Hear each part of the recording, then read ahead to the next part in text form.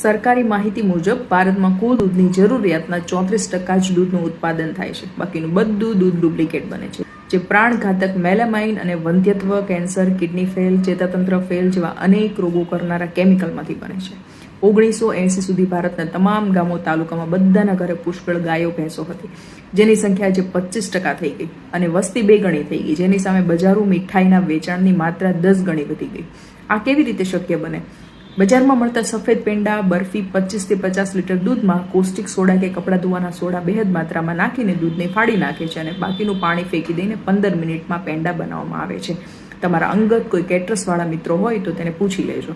આપણે જે કેસર પેંડા, એલચી પેંડા અને ડ્રાયફ્રૂટની મીઠાઈ ખાઈએ છીએ તેના એસેન્સ મળે છે. અને દૂધની ડેરીમાં જે ઘી બને છે તેમાં 10% માખણ અને 90% સોયાબીનનું તેલ અને કેમિકલો નાખીને બનાવવામાં આવે છે. આ જ ઘી મંદિરોમાં વેચાતા પ્રસાદમાં વાપરવામાં આવે છે. 1 કિલો ચણાના લોટમાં 250 ગ્રામ સાઇટ્રિક એસિડ એટલે કે લીંબુના ફૂલ નાખવાથી જ ખમણ ફૂલે છે. અને આપણે સુરતીઓ રોજના ટન મોટે ખમણ ખાઈ જઈએ છીએ. તમામ મોંઘી હોટલનું ખાણું ડુપ્લિકેટ ઘી, ઝેરી રિફાઇન્ડ તેલ, મેંદો, ભેળસેળિયા, કેમિકલવાળા વાસી પદાર્થોમાંથી જ બને છે, જેને ખાવામાં લોકો વૈભવ અને અહોભાગ્ય માને છે. મોજ શોખના નામે જન્મદિવસે ઝેરી કેક કાપવાને બદલે જો મારું માનું તો ગાયના દૂધના પેંડા, મોહનથાળ, સુખડી કે લાડુનો પ્રસાદ બનાવીને જ વહેંચવો જોઈએ.